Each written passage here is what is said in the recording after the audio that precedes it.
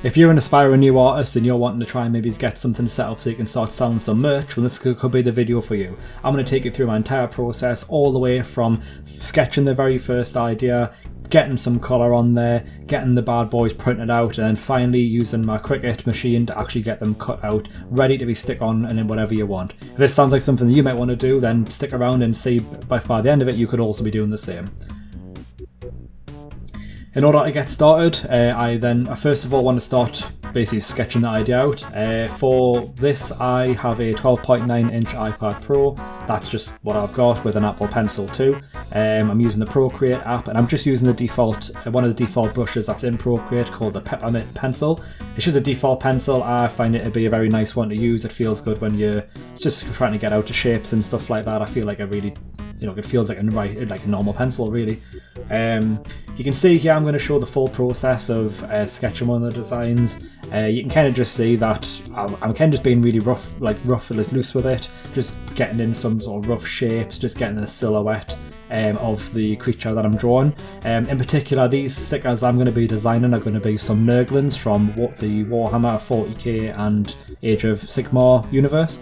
This one in particular is the Sassy Nurgling. I've been told by Liam, the other guy on the channel, that this one, everyone loves this little guy, so I just had to do this one first. So you can kind of just see I'm just being really loose with this, just getting some sort of shapes on there, trying to just sketch some really horrible looking things on his skin and stuff like that, since these are meant to be some ugly little buggers.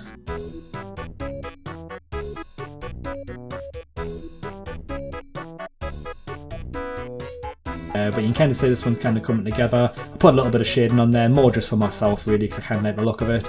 I thought about doing a little smile on this guy, but I really didn't like how that looked, so I ended up getting rid of that completely. But yeah, this one's done, and then you'll be able to see now I'm going to get into the rest of them.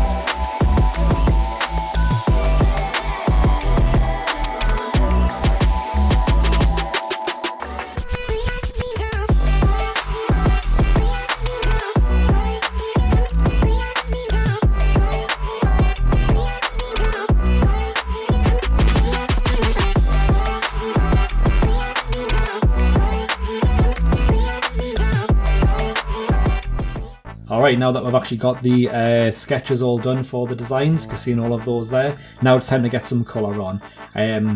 First of all, I just grab the layer of the sketch, just drag that into a new canvas, just make that big so I've kind of got a big area to play with in terms of putting the colour on. I like to be really simple with my colouring. I don't really want to go for something that's kind of like hyper rendered, sort of very realistic looking thing. I kind of just like them to look really fun and just what I think looks good personally. I'm self-taught when it comes to all of this. I haven't done any sort of professional teaching or anything like that, so I just kind of go with what I think looks good. So I'm just kind of getting the base colours in here. I picked a green for the helmet, I'm going for a purple for the skin. Once I've got all of those in, I can then kind of go in and start getting some of the other details in.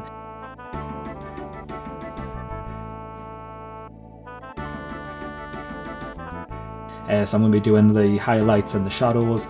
Very easy method that I just do for this. I literally just colour pick the original colour and then I just go for a lighter tone, just start chucking that on, just whacking it on, kind of how I like it.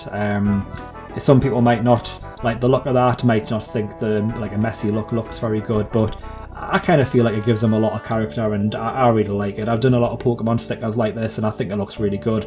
I think the final product, once I'd actually got these printed and cut, looked really good as well, so I was really happy with this.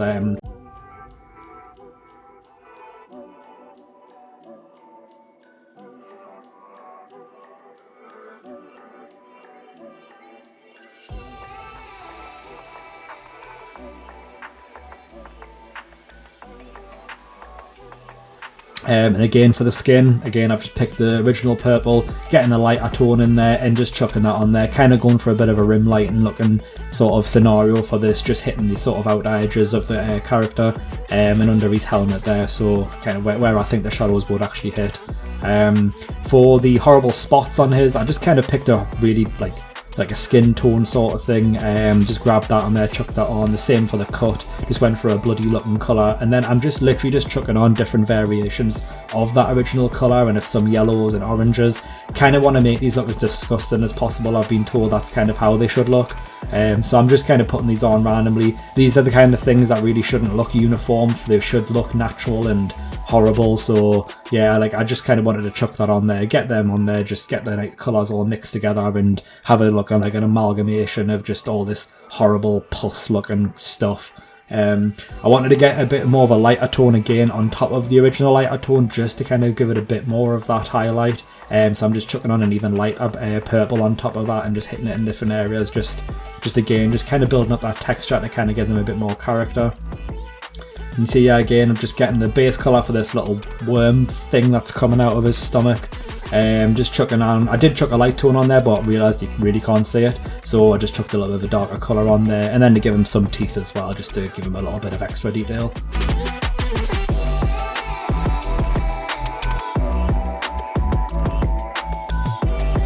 See, again, I'm literally just grabbing another lighter green, just chucking it on there for a final like touch of like a very bright highlight on little bits. Again, it just kind of helps make everything pop. And then for his eyes, I'm doing something very similar to what I did with the spots. I wanted a very dead look for these, so I did originally start getting at people, but then you can see I didn't like it, so I just chucked on some other colours, just putting them on randomly to look, kind of give him that sort of like dead eye kind of look. And then the final bit is just to chuck on the white outline for the actual border of the sticker. I literally just put some white on there, and then I used the liquefy tool to push that out. And then you can see here, this is literally the exact same method I did for the rest of them, and that's how I've got those. Now that we've got the stickers actually sketched and coloured, it's time to actually bring them into the Cricut software. For here, you can see I'm just grabbing what the A4 page dimensions are. I do this because when I set up the files for the stickers, I get a block of, like you can see here, and I make this the exact same dimensions of an A4 sheet. So this just kind of helps me with getting everything lined up. Just make sure to click that unlock button, and then this block here is what I can put the stickers on top of to kind of get things lined up. So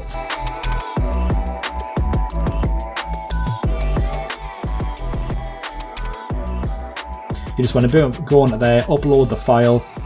You can only upload one at a time, so you want to just bring that in. Once that's done, you just press continue on there. You can just press apply and continue again, because there's nothing else that you need to change in here. And when you get this next page, you want to click on flat graphic, because you don't need the layers, and you also don't want, I don't want that black layer because that's not going to do anything. So just doing a flat graphic, that brings that in. To keep myself organised, I've created a collection, so now I've just made that for Warhammer, so now I can actually, have all of those together. It just kind of makes it easier for myself for the future if I decide to print these again. So then you can see, it's going to bring that in. Obviously it's very big right now, so I just want to shrink that down. Once I've got it on there, I'm just going to place that somewhere on this grey square that you can, or rectangle you can see. Again, this isn't perfect for getting the A4 sheet. You'll see later on I do have to auto adjust these to make it actually fit properly within the cutting range, but it just kind of helps like get you ready just using that to bring them in. So I'm just going to do that for all the rest of the 4 designs as well, just bringing them in and resizing them just how I want it.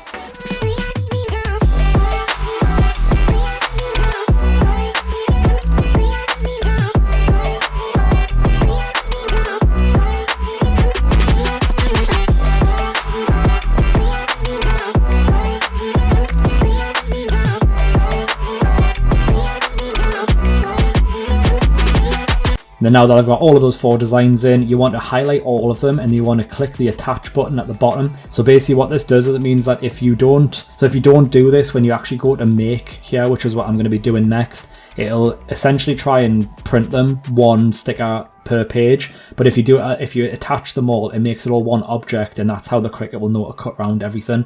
So you want to make sure that you do that, and then just hide the block behind, so you don't want to print that out because you don't want to cut that out. Again, I was just saving it into another collection so that when I come to print these again in the future, if I decided to sell them, I've got this file ready to go and I don't need to mess around with it anymore. Next, you just want to click on make. You can see there, that's the area that's going to cut out. So it's not a perfect A4 sheet. It's going to cut within an A4 sheet. But that there is the actual, like the area that's going to cut within. So it's going to continue on there. Nothing to change on there. So now you want to send it to the printer. So we're not actually going to print out the sheet straight away. There's a bit of a really shit workaround that I found that you have to do with the Cricut.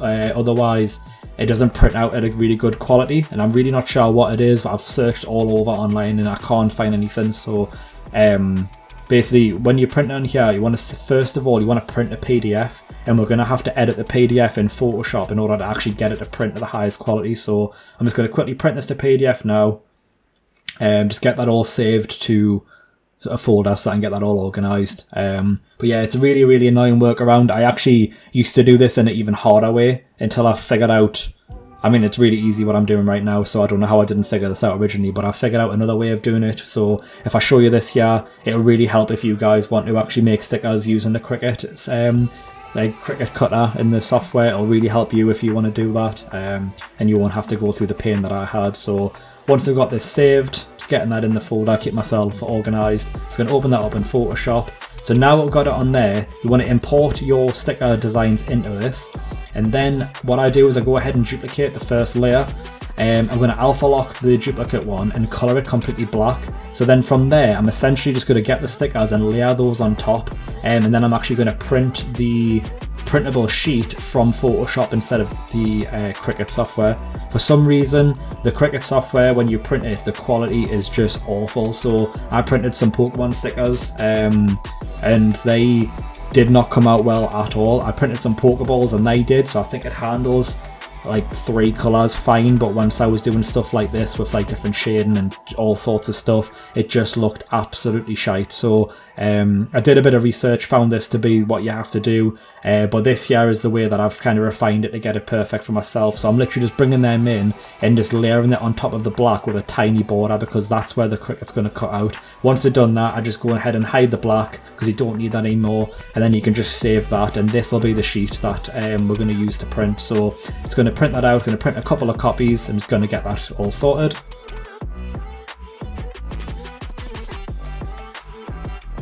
The printer that I've got is one of the Canon Pixma series. I can't quite read the number on the side there, but what I'll do is I'm going to actually have a link to everything that I have in the description, so if you want this printer you can get it. It's really good. I think it's really good for stickers, so I'll put that down in the description so you can buy one yourself if you want. And now that you can see, so it's printed out and the quality is really, really good. I have some glossy sticker paper and I think it's really, really nice. I think it's really good for these designs. There are some other different sticker paper you can get, which there are some better ones that I think you can get, some like velvet sort of texture ones, which apparently are really good, and I do want to get some of them myself, but this is what I've got for the moment and I think it's really nice. So the next stage, you basically, once you've got that printed out, you want to get your mat that you get with the Cricut machine. This is what you're actually going to feed into the machine. You have to have this, you can't just put the paper in and cut, you have to have this on the mat, and you essentially just want to get this lined up. You can see it takes me a couple of attempts. Once you've done this a few times, you'll probably get a lot quicker with it and you'll be able to do this pretty quickly. This was actually quite quick for me. So I just place it on there, and then I had a cloth on the floor from the paper-like screen protector that I had for my iPad, so I just quickly grabbed that after pressing this down. Just gave it a quick wipe down just to kind of flatten it so it was nice and flat on the mat. Once you've done that, it's a case of just feeding it into the machine. But we're just going to come over here. I always select medium cardstock and I always put the pressure on more because I want to make sure it actually cuts through. I do the, I believe it's die cut stickers. They're the ones where it cuts out the full thing. But once you've got that, it's ready to be fed into the machine. So I'm just going to pop that in there. The Cricut will start scanning the paper. You'll see that it'll kind of go in and out of the machine a few times. The blade and the light will pass over it a few times while it's scanning it. Once that's done, the cutting will start, and then hopefully by the end of it, it should have cut everything out perfectly. So you better say to start doing the cutting now.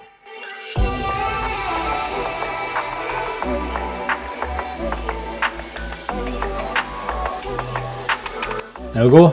Now that these are all finally cut out, you should be able to pull off this, and then if it's worked out properly, you should have some finished stickers just like this. And then now we're at the final bit of this process, just a case of getting them off the mat. The bundle that I got with the Cricut machine came with a bunch of different tools. So I got this like little like spatula thing you can see I'm going to use here. Then I've got these tweezers. They're actually really good. You can probably get some from anywhere else, but I got them with this machine. So just want to stick the spatula underneath there, just lift it a little bit, and then I'll just use the tweezers to grab the sticker once it's off. Comes off nice and easy. There we go. Just going to grab the rest of them off here as well.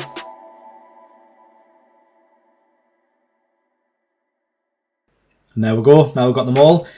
So if you've done everything that if I've done in this, you should end up with some really nice looking stickers by the end of this. There are some other steps which I didn't really include, like I've done some settings on my printer for the printing, like the colour settings and stuff like that, but obviously that'll just all be depending on what printer you've got, so I didn't include those. But yeah, like if you wanted to get yourself started with a sticker shop, you can just follow along with this and you can easily get something going. So if you like this and want to see more, remember to like and subscribe and come back for more.